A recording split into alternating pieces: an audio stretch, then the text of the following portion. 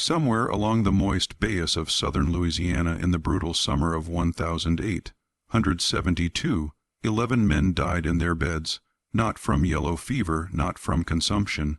Each one had his throat opened with surgical precision while he slept.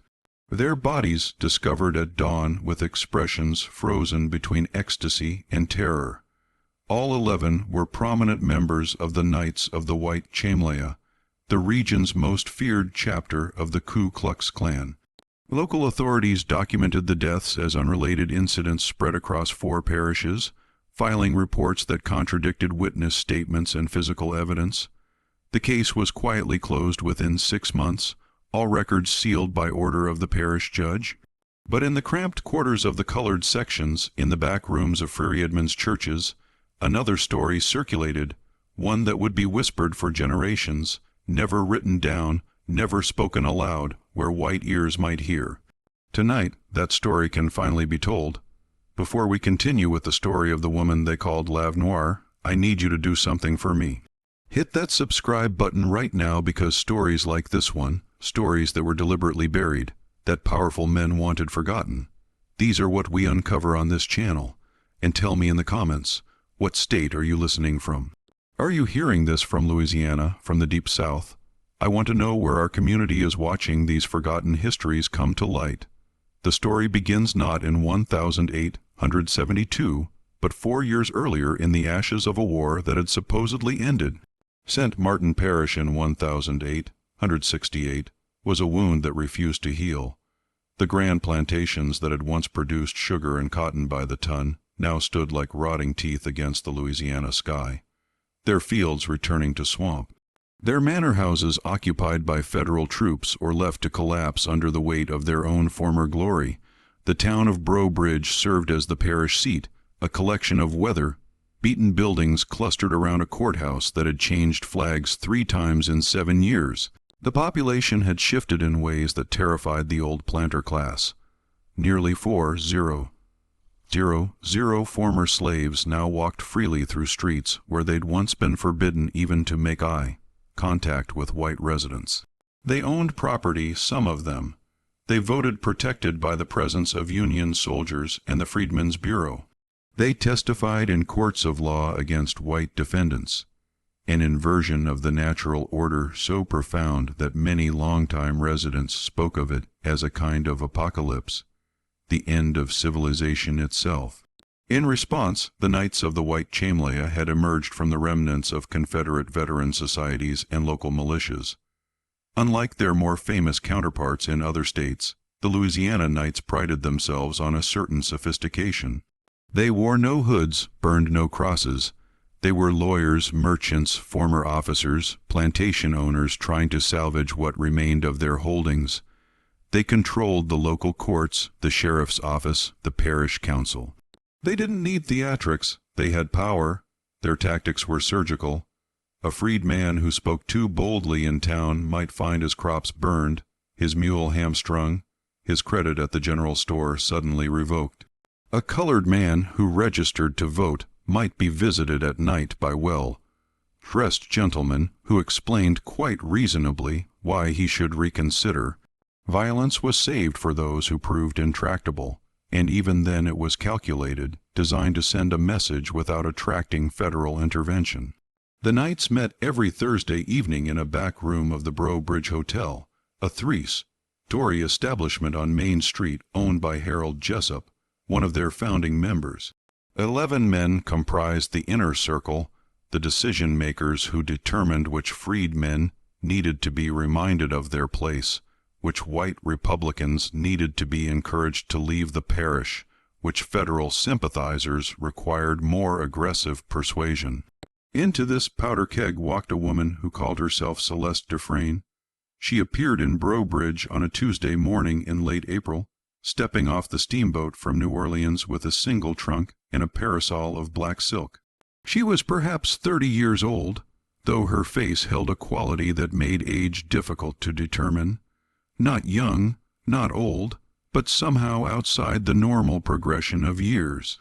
Her skin was the color of café au lait, that ambiguous shade that in Louisiana could mean anything from Creole aristocracy to mixed parentage of a dozen different origins.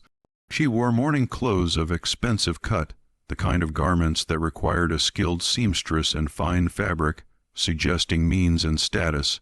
She took a room at the Breaux Bridge Hotel, paying a month in advance with gold coins that she counted out one by one onto Harold Jessup's front desk. Her French was flawless, her English spoken with a Parisian accent that fascinated the locals. She claimed to be the widow of a French merchant who had died in New Orleans during the yellow fever outbreak of the previous summer.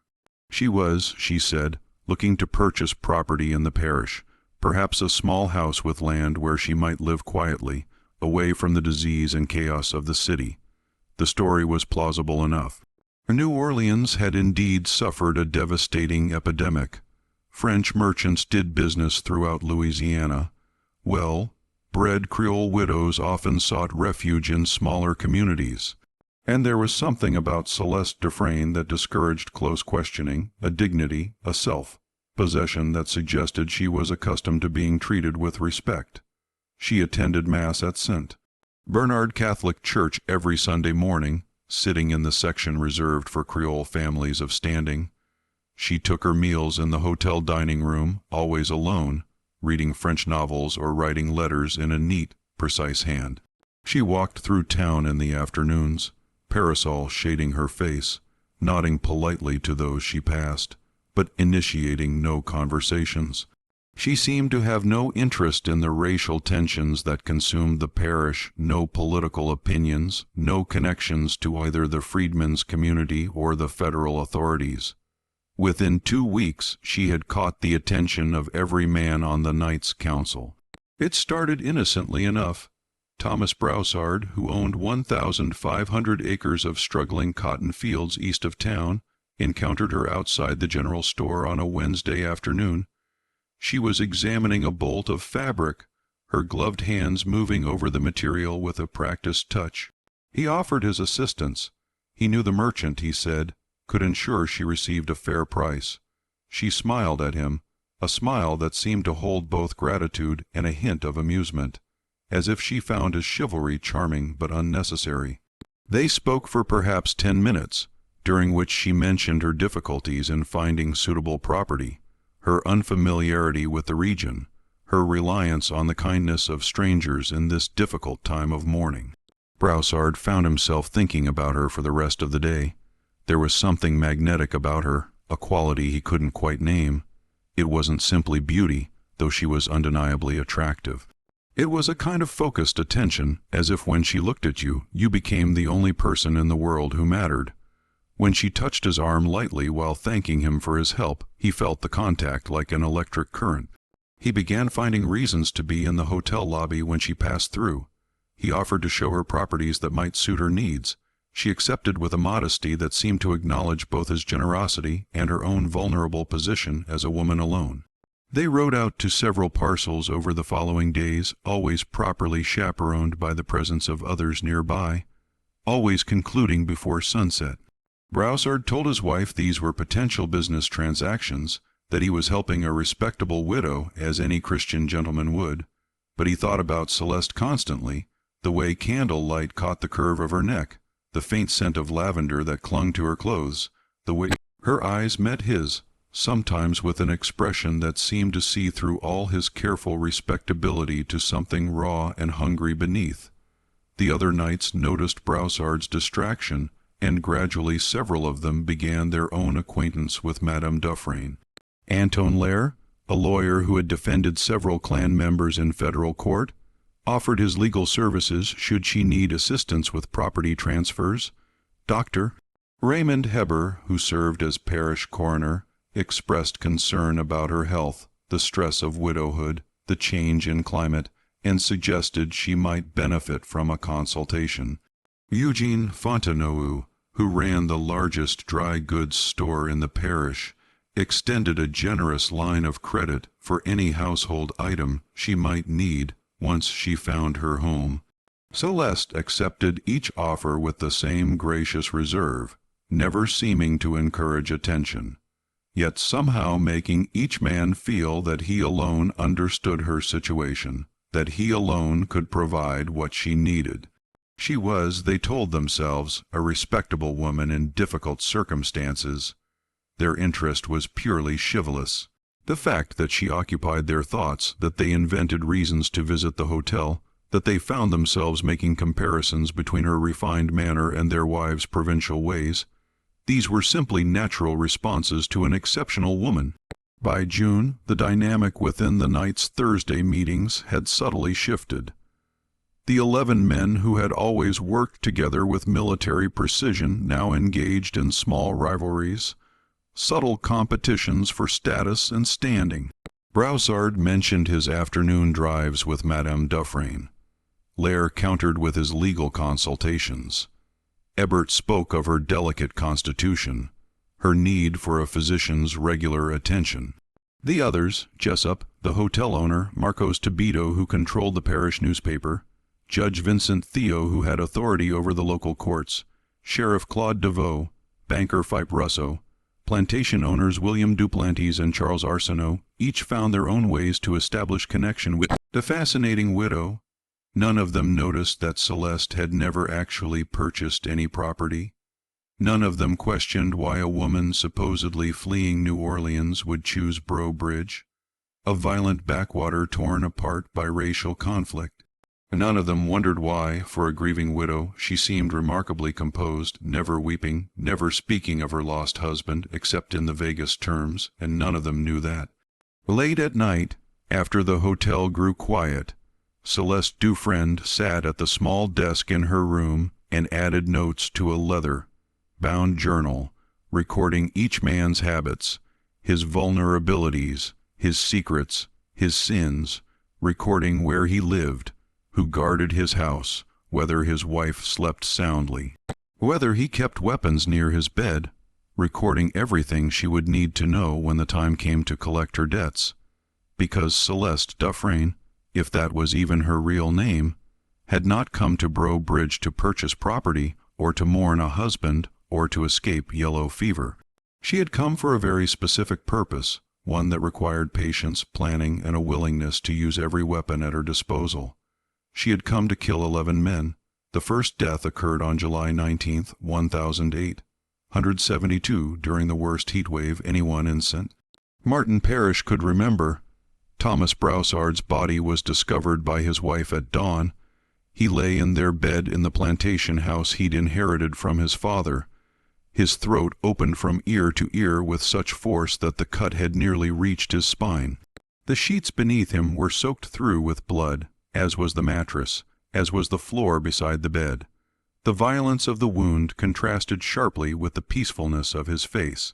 His eyes were closed, his features relaxed, his hands resting at his sides as if he'd simply drifted off to sleep and never awakened. Mrs. Broussard's screams brought the household staff running.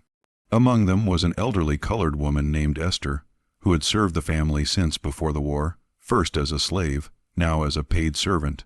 Years later, in testimony that would never make it into official records, Esther would describe what she saw when she entered that bedroom. Not just the body, not just the blood, but something else that made no sense, and that she immediately understood she should never speak of to white authorities. There were 2 wine glasses on the bedside table, both empty. The room smelled of lavender and something else, something sweet and organic that Esther couldn't identify. Mr. Broussard wore only his nightshirt, which was rucked up around his thighs. The bedclothes were disturbed in a pattern that suggested vigorous activity before death.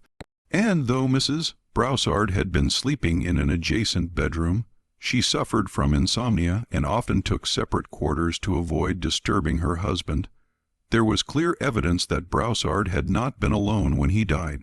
Sheriff Darrow arrived within the hour along with Dr. Heba. They examined the scene, questioned the servants, and established what would become the official narrative. Thomas Broussard had been murdered by an intruder, likely a freedman with a grudge, who had crept into the house during the night and cut his throat while he slept.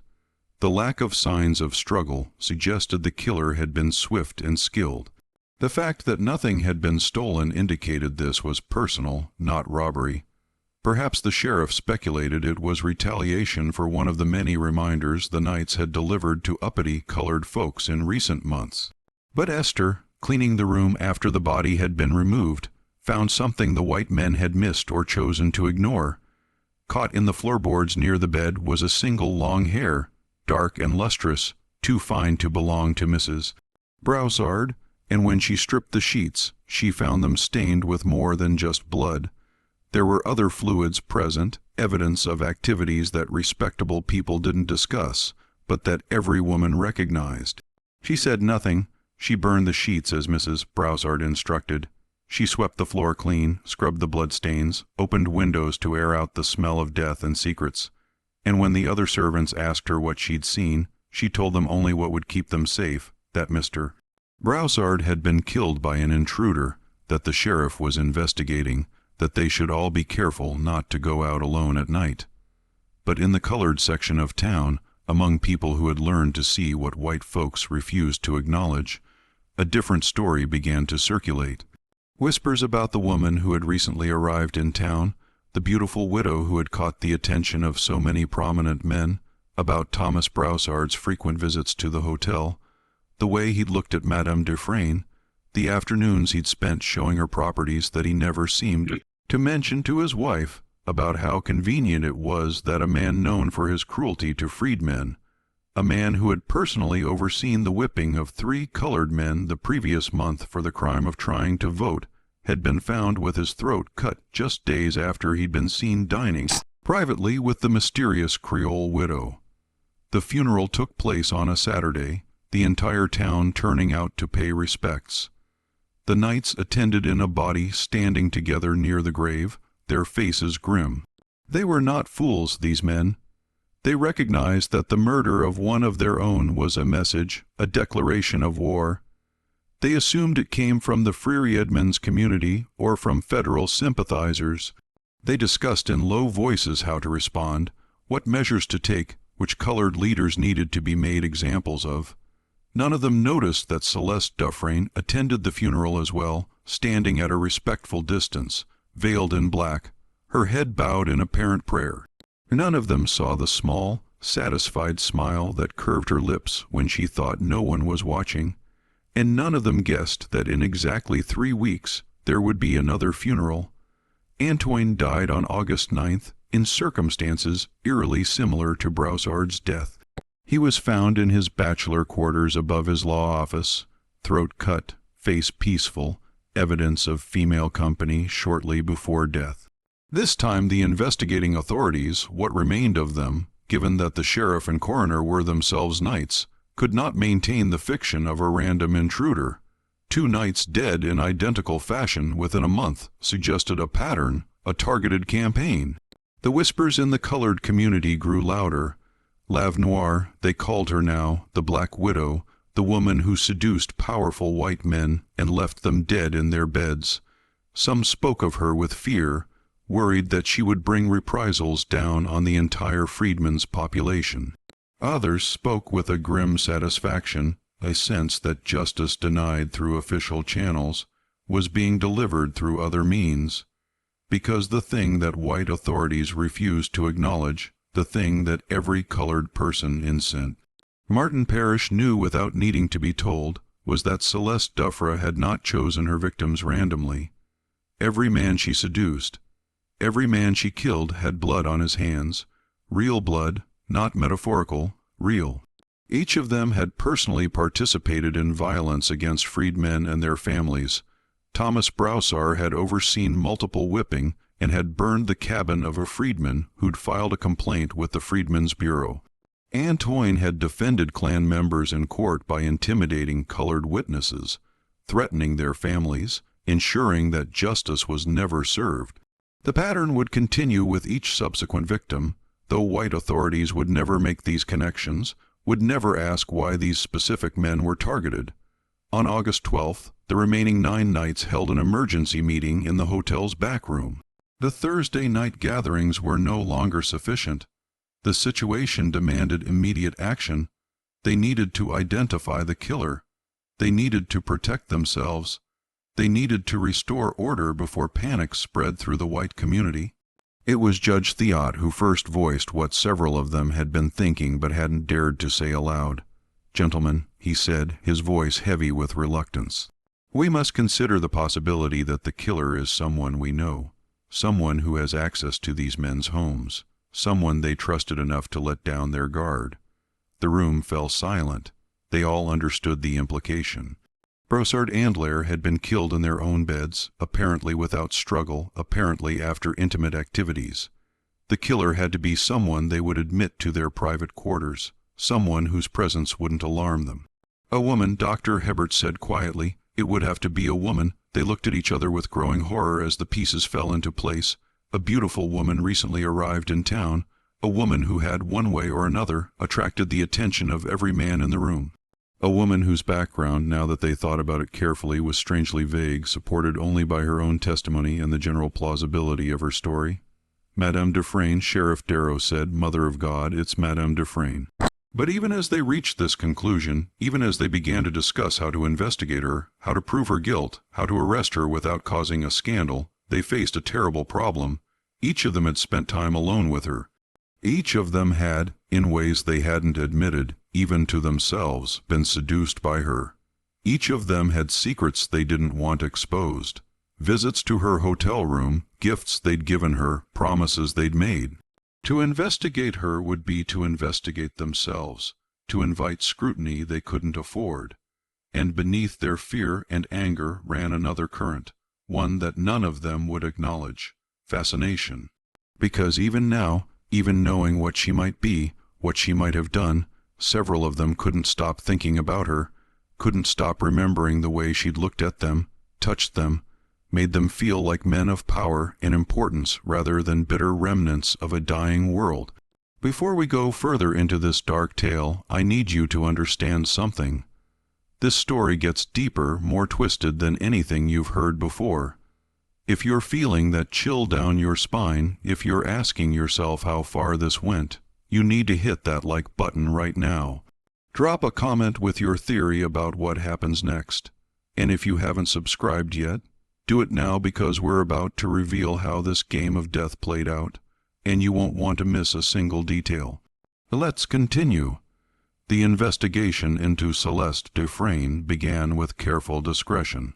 Judge Theot used his authority to quietly request information from New Orleans, sending telegrams to police contacts and courthouse clerks, asking about a Creole widow named Dufresne, whose husband had supposedly died in the yellow fever outbreak. The responses when they came were troubling. No merchant named Dufresne had died in New Orleans during the epidemic. No death certificate existed for anyone matching that description. The address Celeste had provided as her New Orleans residence was a boarding house whose owner had no recollection of anyone named Dufresne. It was as if the woman had materialized from thin air, entire past a fabrication. Sheriff Darrow, meanwhile, began discreetly questioning hotel staff and local shopkeepers. What he learned painted a portrait of a woman who was simultaneously everywhere and nowhere. She kept regular hours, attended church, purchased normal household items, but no one could say they really knew her. She had no friends, no confidants, no visitors except the various knights who had called on her.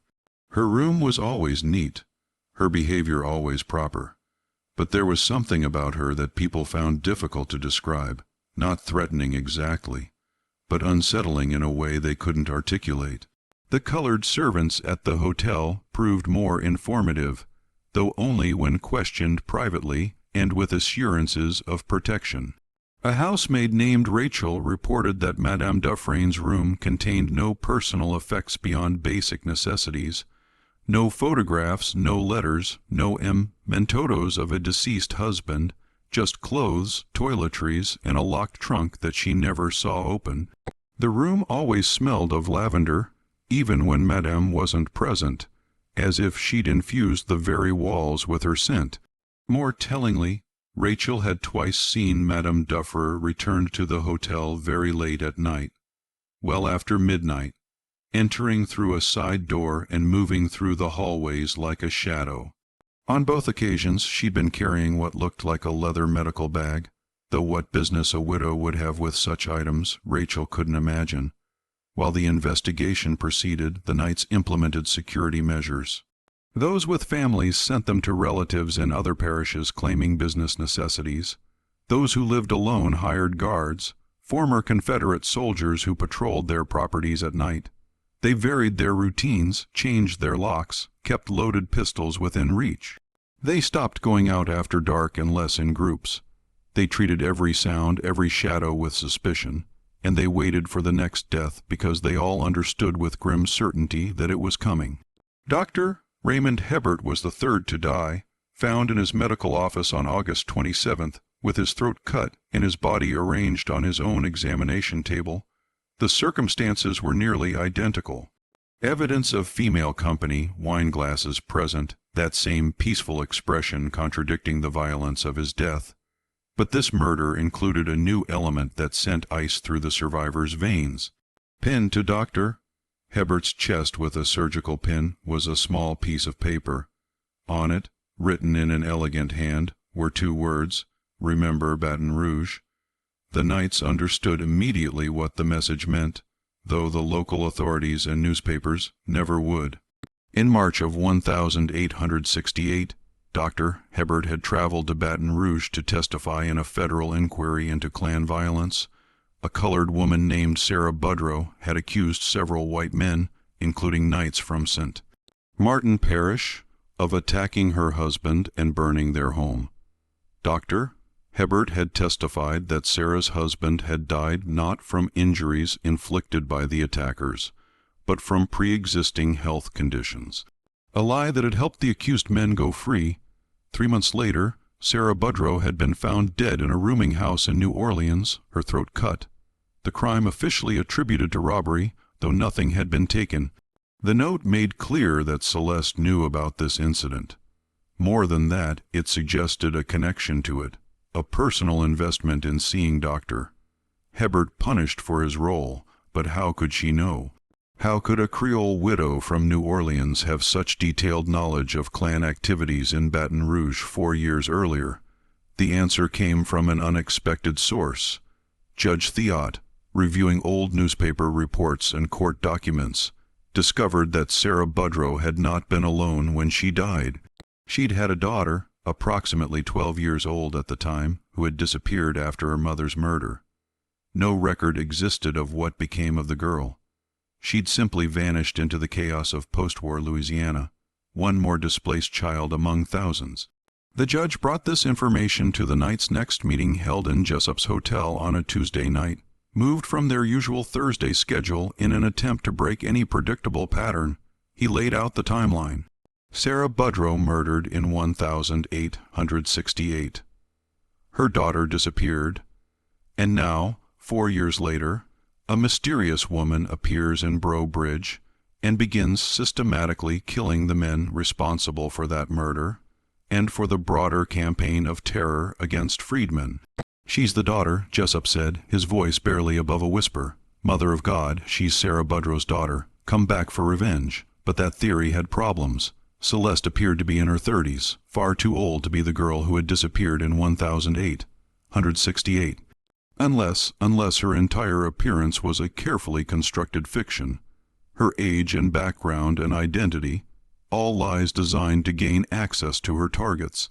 Unless she'd spent 4 years planning this campaign, learning who had been responsible, tracking them to their current locations, preparing herself for the role she needed to play. The racial implications of the theory troubled them even more deeply. If Celeste was Sarah Budro's daughter, she was colored despite her light skin and refined manner. She had passed as Creole, as white enough to move through their society without suspicion. Every man she'd seduced had committed what Louisiana law still considered miscegenation, a crime and a moral stain. The scandal would destroy them, even if they survived her revenge. "We need to take her now," Sheriff Darrow said, "tonight. Arrest her before she kills again." But Judge Theot shook his head. "On what charge? We have no proof. The notes can't be used as evidence without revealing what they reference. Our own investigation is compromised because we've all been involved with her." Any trial would expose everything we've tried to conceal. Then we don't have a trial, Marcus Tibito said quietly. The newspaper editor had been silent until now, but his meaning was clear. We handled this the way we've handled other problems. Quietly, permanently. The suggestion hung in the air like smoke. They were discussing murder, lynching, the extrajudicial killing of a woman who had not been convicted of any crime. It was exactly what they'd done to countless freedmen over the years. It was what they'd done to Sarah Budro herself. The irony was not lost on any of them, but their fear overrode any moral qualms. They voted, as they always did, on important matters. 9 men remained in the Knight's inner circle. 9 hands raised in agreement. They would kill Celeste Dufresne before she could kill again. But as they made their plans, none of them noticed that the hotel's serving girl, a young colored woman named Marie, who had been clearing glasses in the hallway, had heard every word through the meeting room's thin walls. And none of them saw her slip away into the night, moving quickly toward the colored section of town, toward a small church where certain people gathered, people who had learned long ago that their survival depended on knowing what white folks planned, before those plans could be enacted. By dawn, everyone in the freed men's community knew that the Knights intended to murder Noir, and through channels that white authorities had never understood and never would. A message was passed to the hotel, to room 7, where a widow in mourning clothes sat at a small desk, adding notes to her leather journal. Celeste read the message, a single line scrolled on brown paper, and smiled. She had expected this. In fact, she had counted on it. Because the thing about rage, about the desire for revenge, was that it made people predictable. The Knights thought they were hunting her, but they'd failed to understand a crucial truth. She'd been hunting them from the moment she arrived, and the hunt was far from over. She packed her few belongings into her trunk, settling her account with the hotel desk clerk by mid-morning. She told him she'd received word of business requiring her return to New Orleans, thanked him for his hospitality, and arranged for her trunk to be taken to the steamboat dock. By noon, Celeste Dufresne had left Breaux Bridge, boarding a steamboat headed south. The Knights, when they learned of her departure that evening, felt a mixture of relief and frustration. She'd escaped, but at least she was gone.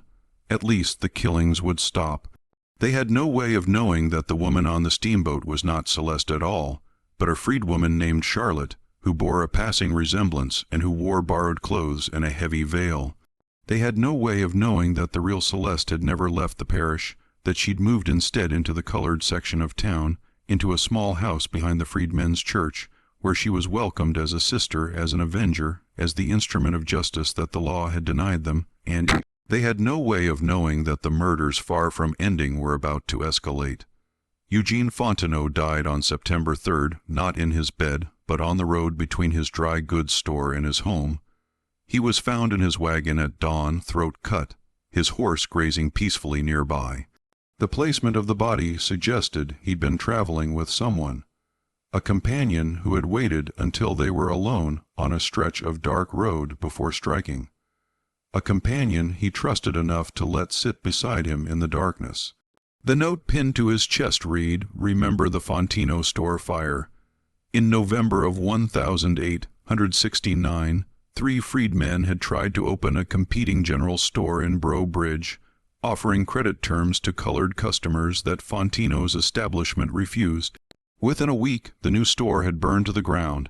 The 3 men had fled the parish, their families with them, and no investigation had ever been conducted. Everyone knew who had ordered the fire. Now everyone knew the price of that knowledge. Philip Russo, the banker, was next. He died in his own bank on September 15th, discovered when the clerks arrived in the morning. He'd been killed at his desk, apparently while working late on accounts. His throat had been cut with such force that blood had spattered across the ledgers he'd been reviewing. The note referenced a loan he'd foreclosed in 1870, driving a freedman farmer into destitution and homelessness, a foreclosure that violated the bank's own policies, but that had been approved because the debtor was colored. 5 men dead in 2 months. The pattern was unmistakable now, not just to the Knights, but to the entire parish. Someone was systematically executing the most powerful men in St. Martin Parish, men who had thought themselves untouchable, protected by their positions and their brotherhood. And somehow, despite all their precautions, despite the guards and the locked doors and the loaded weapons, the killer kept finding ways to reach them.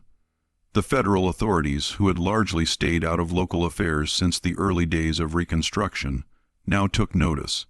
A U.S. Marshal arrived from Baton Rouge with instructions to investigate the murders and determine whether they constituted an attack on civilian government that required military intervention. The Marshal, a severe man named Holbrook, who had fought for the Union and had little sympathy for former Confederates, began his inquiry by questioning the surviving Knights. What he found troubled him in ways he hadn't expected. The victims were all members of the same organization, all had participated in documented violence against freedmen, all had been killed in a manner suggesting intimate access and personal revenge. The notes left on the bodies referenced specific crimes that federal investigators had tried and failed to prosecute due to intimidated witnesses and corrupt local courts. Marshal Holbrook interviewed dozens of people, white and colored men and women, local residents and recent arrivals. He examined crime scenes, reviewed coroner's reports, studied the pattern of attacks, and gradually he pieced together the story of Celeste Duffra, the mysterious widow who had seduced and killed at least 3 of the victims, possibly all 5. But when he tried to locate her, he discovered she'd vanished. The Steamboat Manifest showed a veiled woman matching her description had departed for New Orleans, but authorities there had no record of her arrival. She'd simply disappeared as if she'd never existed at all. Then Holbrook did something unusual. He began interviewing members of the freedmen's community not as suspects, but as potential witnesses. He spoke to church elders, to women who ran boarding houses, to men who worked as laborers and craftsmen. He made it clear that he was interested in justice, not in protecting white criminals, and gradually people began to talk. They told him about Noir, the Black Widow, though none of them claimed to have seen her personally. They told him about the notes that had circulated through the community, messages from someone who knew things that only a freed person would know, someone who understood the specific crimes committed by each victim. They told him about the daughter of Sarah Budro, though no one could say with certainty where she was or what she looked like now. And one elderly man, a freedman named Isaiah, who had worked as a carpenter before the war and who now served as a deacon in the church, told him something that changed the marshal's understanding of the case entirely. "You're looking for one woman," Isaiah said, "one killer, but that ain't how it works. You think one person could move through this parish killing white men and not be caught. You think one woman could know all the things that needed knowing, be in all the places she needed to be without help." Brooke leaned forward.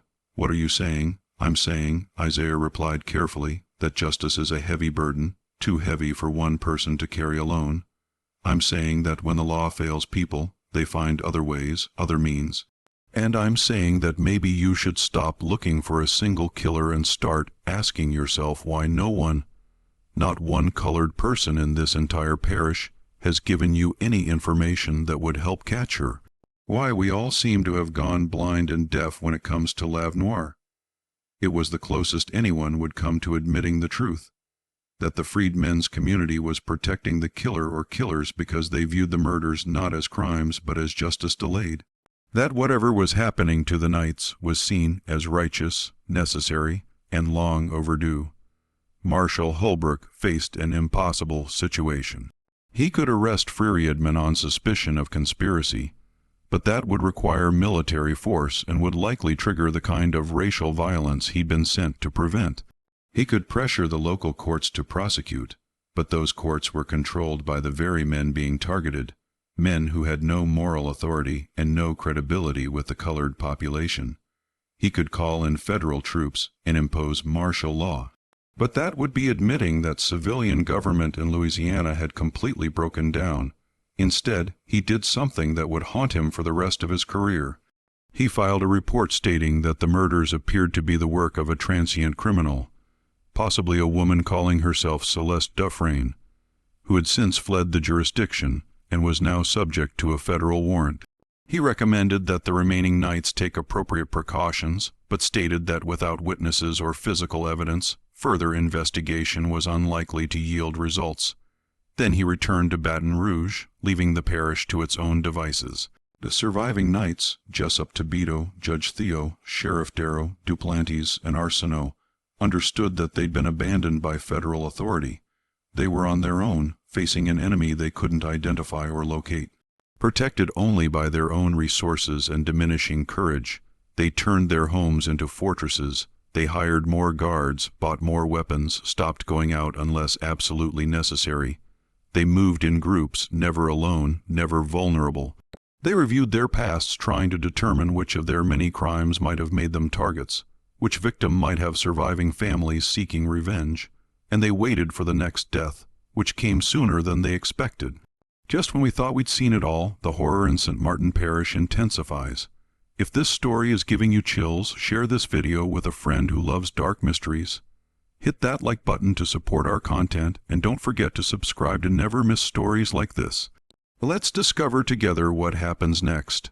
William Duplantis died on October 1st during the day in the supposed safety of his plantation home. He'd been alone in his study reviewing accounts, while 3 armed guards patrolled the grounds outside. His throat was cut while he sat at his desk, his killer escaping through a window that had been unlatched from the inside, suggesting someone had prepared the exit in advance. The note on his body referenced the Christmas massacre of 1,868, when Duplantis had led a night raid on a freedmen's settlement, burning homes and killing 5 men who had organized a voter registration drive. Federal investigators at the time had been unable to prove Duplantis' involvement despite multiple witnesses, because those witnesses had subsequently retracted their statements after receiving visits from masked men. Charles Arsenault followed 2 weeks later, killed in the warehouse where he stored his cotton. He'd gone there with Sheriff Darrow and 2 deputies to inspect a reported break-in. Somehow, in the confusion of searching the dark building, Arsenault became separated from the group. They found him minutes later, throat cut, life bleeding out onto the cotton bales he'd accumulated through the labor of men. He'd refused to pay fair wages. His note read, "Remember the theft you called business. 7 dead, 4 survivors, and the remaining knights were starting to crack under the pressure." Marcus Tobito stopped publishing his newspaper, claiming illness, but actually barricading himself in his home, drinking heavily, jumping at every sound.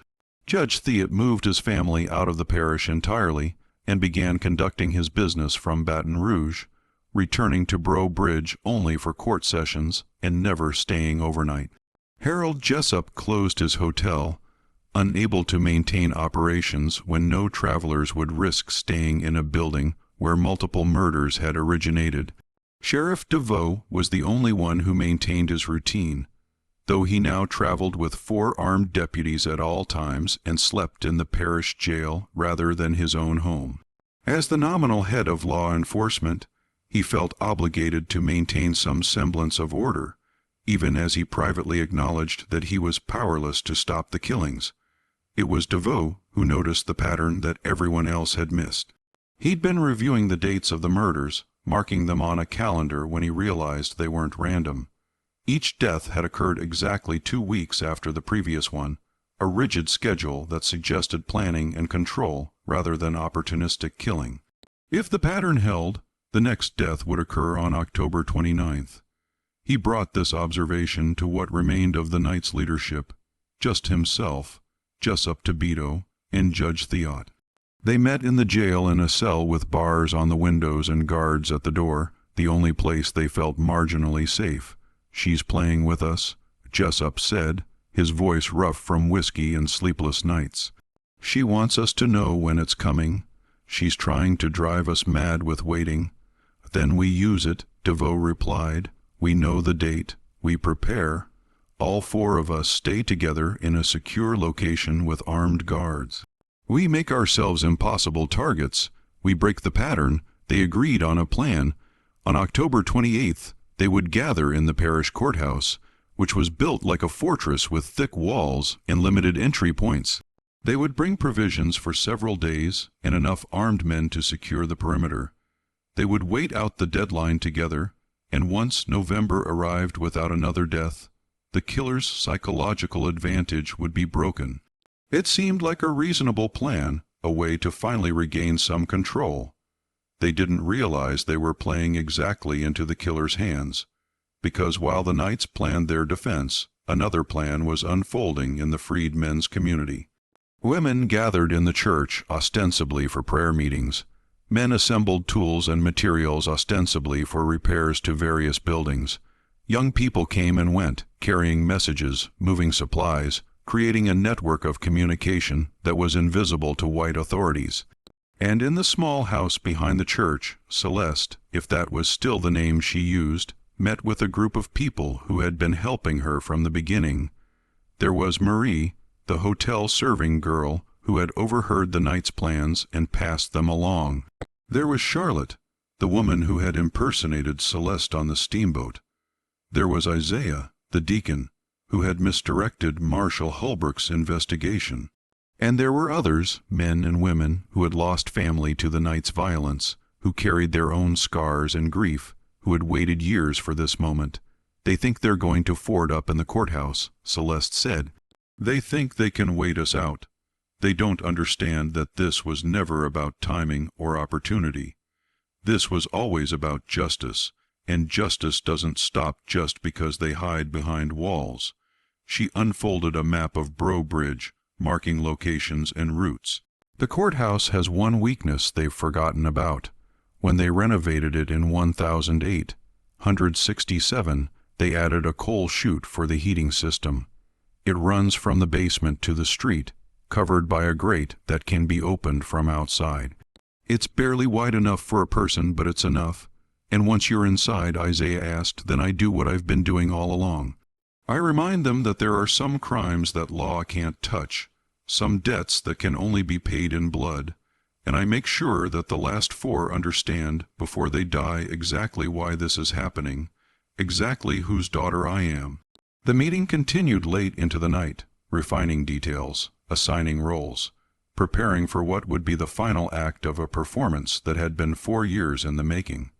Celeste had changed since arriving in Breaux Bridge. The polished persona of Madame Dufresne had fallen away, revealing someone harder, colder, shaped by grief and rage into an instrument of vengeance. But she had also changed in ways she hadn't expected, formed bonds with people who had protected her, inspired something in the community that went beyond simple revenge. She had become a symbol. L'Ave Noire, the Black Widow who struck at the heart of the power structure that had oppressed them for generations. Whether she survived what was coming or not, whether she was caught or escaped or died in the attempt, she had already accomplished something profound. She had shown that the knights were not invincible, that justice could find them even when the law couldn't reach them, that there were prices to be paid for cruelty even in a world built to protect the cruel. On October 28th, the 4 surviving knights assembled at the parish courthouse with 8 armed guards. They brought food, water, weapons, and lanterns. They secured every entrance, checking windows and doors, posting men at strategic points. Judge Theot examined the building's structure, noting the thick walls and limited access. Sheriff Darrow deployed his deputies in a perimeter around the building. "We're as safe here as we'll ever be," he announced. Now we wait. Night fell over Breaux Bridge, bringing with it the oppressive heat and humidity of a Louisiana October. The courthouse sat on a small hill in the center of town, its windows glowing with lamplight, shadows of armed men visible behind the glass.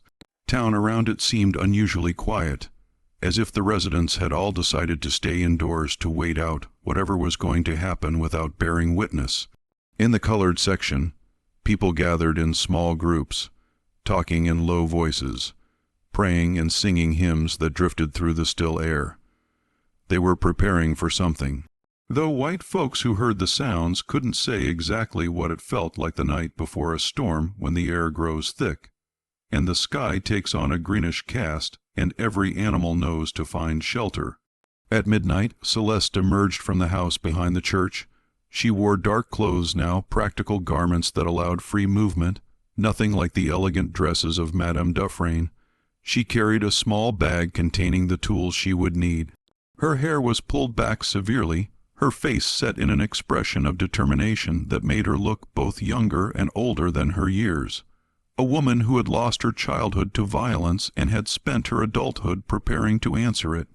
Isaiah walked with her partway along with 3 other men who served as lookouts. They moved through back alleys and yards, staying away from main streets, using the routes that colored folks had learned over years of avoiding white attention. When they reached the edge of the town square, Isaiah gripped her arm. "You don't have to do this," he said. "You've already done more than anyone could ask. You've shown them they're not above justice. Let that be enough." Celeste looked at him with eyes that held no mercy, no forgiveness, no doubt. My mother died begging them for mercy. Did they show her any? Did they consider whether revenge against her was enough? Or did they take everything? Her husband, her home, her life, her daughter's future. This ends when they're all dead. Isaiah, not before. She pulled away and moved into the darkness toward the courthouse that loomed against the night sky like a monument to the very injustice she'd spent 4 years trying to correct. The coal chute grate came off with surprising ease, as if someone had loosened the bolts in advance. Celeste slipped through the opening, dropping silently into the courthouse basement. The space was dark, filled with stored furniture and old records, the air thick with dust and coal residue. She waited, letting her eyes adjust, listening for any indication that her entry had been detected. Nothing. The guards were all focused on the main entrances, on the obvious points of access. No one was thinking about a coal chute that had barely been used since the renovation. She moved through the basement with practiced silence, finding the stairs that led to the first floor. This was the dangerous part. The courthouse lay out, offered few places to hide, and the guards were alert, armed, expecting trouble. But Celeste had advantages they didn't anticipate. She knew from conversations with Marie and others who cleaned the building exactly where every squeak in the floorboards was, which hallways offered the deepest shadows, where the guards would be positioned based on standard security protocol. More importantly, she knew that the knights would be together, probably in the main courtroom or Judge Theot's chambers, staying in a group for mutual protection. They would have guards at the doors, but likely wouldn't expect an attack from inside the building. They thought the threat would come from outside, from a mob of angry freedmen or a direct assault. They weren't prepared for someone already within their fortress. She reached the first floor and paused, hearing voices from down the hallway. Men talking, nervous laughter, the false bravado of people trying to convince themselves they're safe. The sound led her toward the courtroom where lamplights spilled under the closed doors. Celeste checked her bag, confirming that everything she needed was still there. The knife sharp enough to cut through leather with a single stroke, the 4 notes already written, each referencing a specific crime, the small bottle of chloroform and cloth in case she needed to silence someone quietly, and the photograph creased and faded that she'd carried for 4 years. The only image she had of her mother, taken by a traveling photographer in 1008, 166, when things had still been hopeful, when freedom had seemed like the beginning of a better world, rather than the opening chapter of a new kind of hell. She looked at the photograph in the dim light filtering through the hallway windows. Her mother smiled at the camera, young and beautiful, and full of determination. Sarah Budro had believed in justice, in the law, in the idea that the United States government would protect its newly freed citizens. She had testified against her attackers, trusting that the system would work, and the system had killed her for that trust. Celeste folded the photograph carefully and returned it to the bag. Then she approached the courtroom doors, her knife ready, her heart steady, despite the knowledge that what she was about to do would likely result in her own death. She had accepted that possibility years ago. This was never about survival. This was about balance, about making sure that evil didn't go unanswered, about ensuring that her mother's murder had consequences. She reached for the door handle and found it locked from the inside. She'd expected this. She moved to a nearby window, using her knife to quietly work the latch free. The window opened with a faint creak that seemed thunderous in the silent building, but apparently didn't carry to the courtroom. She slipped through, entering a small clerk's office that connected to the main chamber through an interior door. This door was unlocked. She opened it just enough to see inside. The 4 knights sat around the judge's bench, weapons at hand. 3 of the guards positioned near the main doors while the others presumably patrolled outside. Jessup was drinking from a silver flask. Tobito kept wiping sweat from his face despite the cool night air. Judge Theot reviewed documents as if he could focus on normal business. Sheriff DeVoe stood near the window looking out at the dark town. "How much longer?" Jessup asked, his voice slurred. 5 hours until dawn," DeVoe replied. "Then we're past the deadline. Then we know she can't keep her schedule. Unless she's already in the building," Tobito said, and the others looked at him with irritation born of fear. "I'm serious. What if she got in somehow? What if she's waiting for us to let our guard down? The building is secure," Judge Theot said firmly. "We checked every entrance, every window. There's no way in except through the doors, and they're all guarded. We're safe here. We just need to maintain our discipline until morning."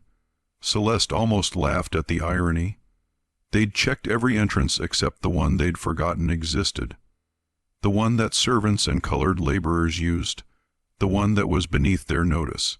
It was the perfect metaphor for their entire worldview.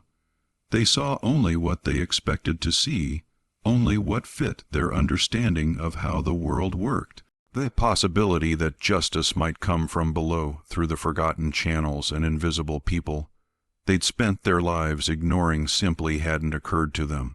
She waited, patient as death itself, watching their routines, noting when the guards changed positions, when attention flagged, when someone turned their back. She noted that Jessup's drinking was making him careless, that Tobito's fear made him jumpy, but also predictable, that the judge's attempt at normally meant he was focused on his papers rather than his surroundings, that the sheriff's vigilance was directed outward rather than inward. At 2:00 in the morning, when exhaustion was beginning to overcome adrenaline, when the guard's attention had settled into routine watchfulness, Celeste made her move. She stepped into the courtroom through the clerk's office door, closing it silently behind her. And in the moment before anyone noticed her presence, she assessed her options with the cold calculation of someone who had planned for exactly this scenario. "Good evening, gentlemen," she said quietly. Foreheads snapped toward her. The guards at the doors turned, raising their weapons. For a moment, everyone simply stared as if they couldn't quite believe what they were seeing. "Madame Dufresne," Sheriff Darrow said finally. "Or should I call you something else?" "My name," Celeste said, "is Josephine Budro. I am the daughter of Sarah and Marcus Budro, who you murdered in 1868. I have come to collect the debt you owe my family." She said it calmly without rage or drama, simply stating a fact. And in that moment, the remaining knights understood that they had profoundly underestimated this woman. She wasn't hysterical or mad. She was purposeful, methodical, completely in control. She had walked into their stronghold, past their guards, into the heart of their defensive position, and she stood before them unarmed and unafraid because she had already won. Whether she killed them tonight or not, whether she escaped or was captured, she had already accomplished what she'd set out to do. She had made them afraid. She had shown them that justice, delayed or denied, would eventually find them. "Guards," Judge Theot said, "arrest her. Take her into custody," but the guards hesitated. Something about the woman before them, about her absolute certainty and lack of fear, made them reluctant to approach. She looked like she might explode if touched, like she might transform into something more dangerous than she already appeared. "You can try to take me," Josephine said. "You can shoot me, arrest me, drag me to a cell, but before you do, you should know something. I'm not alone. I never have been. Every person in the colored section of this town knows where you are tonight. They know what I'm doing.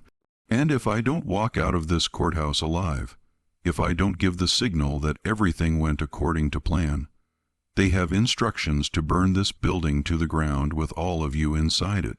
It was a lie, though not a complete one. The freedmen's community did know where she was, and they would certainly riot if she was killed. But Josephine had given no such instructions. had in fact told Isaiah to keep everyone away from the courthouse, to let her face the consequences of her actions alone. But the knights didn't know that. They only knew that the colored population of Breaux Bridge significantly outnumbered the whites, that racial violence could spread like wildfire, that they were cornered in a building that could easily become a tomb. "What do you want?" Sheriff Darrow asked. "I want you to understand why you're going to die," Josephine replied. "I want you to know that this isn't random violence or criminal insanity. This is justice, imperfect, delayed, outside the law because the law failed us, but justice nonetheless." And then, in a voice that carried no emotion but held absolute conviction, she recounted every crime, every attack, every murder, every act of terror that these 4 men and their dead companions had committed. She named victims, described incidents, cited dates and locations with the precision of a court document. She had spent 4 years compiling this information, confirming every detail, ensuring that when this moment came, there could be no denial, no evasion, no claim of mistaken identity. The knights listened with growing horror as she laid out the full extent of their guilt. Individually, each man had known about some of the crimes, but hearing them all together spoken aloud in chronological order created a picture of systematic terror that was almost overwhelming in its cruelty. They had done this. They had created this mountain of suffering, of destroyed lives and murdered innocents and shattered families. And they had never faced any consequences, had never even been forced to acknowledge what they'd done until now. "You're confessing," Judge Theot said, desperately trying to regain some sense of control. "Everything you've just said is a confession to multiple murders. We have witnesses. These guards heard every word." Josephine smiled. "Then arrest me, put me on trial. Let me testify in court about everything I've just said. Let me call witnesses from the freedmen's community. Let me introduce evidence about every crime these men committed. Let's have a public trial where all of this comes to light. I'm certain the federal authorities in Baton Rouge would be very interested." The judge fell silent. A public trial would destroy them even if she was convicted. The scandal would be complete and permanent, and there was a real possibility that sympathetic northern newspapers would take up her case, that she would become a cause célèbre, that the trial would expose the entire apparatus of terror that had ruled Louisiana since the end of the war. "What do you want?" Darrow asked again. "I want what everyone wants," Josephine said. "I want justice, but since the law won't provide it, I'll have to settle for balance. 7 of you are dead. 4 remain. I'll make you an offer, though I don't expect you to accept it. You can turn yourselves into federal authorities. You can confess your crimes publicly. You can face trial in prison and the destruction of your reputations, or you can refuse and take your chances against me. Those are your only options, and if we arrest you right now," Jessup asked, "if we hang you tonight and claim you attacked us, then you'll have to explain to Marshal Holbrook why you executed a woman without trial in secret in the middle of the night. You'll have to face the investigation and the scrutiny and the questions about why she targeted you specifically. You'll have to risk federal troops coming in and imposing martial law. And you'll have to live with the knowledge that the freedmen's community will eventually take their own revenge one way or another, now or 10 years from now. Is that a risk you want to take?" The standoff stretched on, seconds turning into minutes, tension building until the air itself seemed to vibrate with it. And then, unexpectedly, Judge Theot laughed. A bitter, exhausted sound. "She's right," he said. "We have no good options. We never did. The moment we started down this path, the moment we decided that law didn't apply to us, we guaranteed this ending. Maybe not this specific ending, but something like it. Justice delayed, she calls it. Maybe she's right. Maybe this is just the bill finally coming due." He stood, moving slowly, as if every year of his age had suddenly caught up with him at once. "I won't confess. I won't turn myself in. I don't have that kind of courage. But I won't fight you any more either. I'm done. If you want to kill me, kill me. If you want to let me live in fear for however long I have left, do that. I don't care any more. I'm just tired." It wasn't surrender exactly. It was something more like exhaustion. The collapse of will that comes when someone finally acknowledges that they've been beaten, The other 3 knights looked at him with a mixture of contempt and envy. Contempt for his weakness, envy for his honesty. "I'm not ready to die," Sheriff Darrow said, "and I'm not ready to give up." He drew his pistol, aiming it at Josephine. "You're under arrest for the murders of 7 men. You'll be taken into custody, tried, and hanged." That's how this ends. But before he could take another step, before the situation could escalate into violence, a new sound filled the courthouse. It was singing. Dozens of voices raised together coming from outside the building. The guards at the windows called out in alarm. A crowd had gathered in the square, freed men and freed women from throughout the parish, holding torches and lanterns, singing hymns that had sustained them through slavery and war and the bitter years of Reconstruction. They hadn't come to attack. They had come to bear witness, to ensure that whatever happened in the courthouse tonight would be seen and remembered, to make it clear that Josephine Budro did not stand alone. They had come to reclaim the courthouse that represented law and justice, to surround it with their presence and their voices and their refusal to remain invisible any longer. Sheriff Darrow lowered his weapon, understanding that the situation had spiraled beyond his control. He couldn't shoot Josephine without triggering a riot. He couldn't arrest her without fighting through a crowd of witnesses. He couldn't make her disappear without ensuring that the story would spread across the entire state. That federal intervention would become inevitable. He was defeated, and he knew it. Dawn broke over Breaux Bridge on October 29th, finding the courthouse still surrounded by freedmen who had maintained their vigil through the night. Inside, the confrontation had resolved itself, not through violence, but through a strange negotiation that satisfied no one, and yet somehow ended the immediate crisis. Josephine Budro walked out of the courthouse at sunrise, past the guards, who made no move to stop her, through the crowd that parted respectfully to let her pass. She had not killed the remaining knights, though she had come prepared to do so. Instead, she had accepted something more valuable than revenge: acknowledgement. Judge Theot had written out a full confession documenting every crime committed by the Knights of the White Camelia Innocent. Martin Parrish, signed and dated and witnessed by his fellow knights. The document would never be filed in any court, would never be used as evidence in any official proceeding. But it existed, held by trustees in the Freedmen's community, a sword held perpetually over the heads of the men who had created so much suffering. In exchange, Josephine agreed to leave Louisiana and never return. She agreed not to kill the remaining knights unless they resumed their campaign of terror, at which point the agreement would be void. She agreed to disappear, to become a ghost like the mysterious Celeste Dufresne, to let the story become legend rather than documented fact. It wasn't justice, not really. 3 men who deserved to hang would live out their natural lives, unpunished by law, known to their community as monsters, but protected by their wealth and connections. But it was something. It was acknowledgement of guilt, recognition of crime, a permanent reminder that their actions had consequences even when the law looked away. The 4 surviving knights never recovered from that night. Judge Theot resigned his position and moved to Texas, dying 2 years later from drink and despair. Sheriff Darrow lost his re-election campaign, defeated by a coalition of freedmen and progressive whites who finally had the courage to vote against him.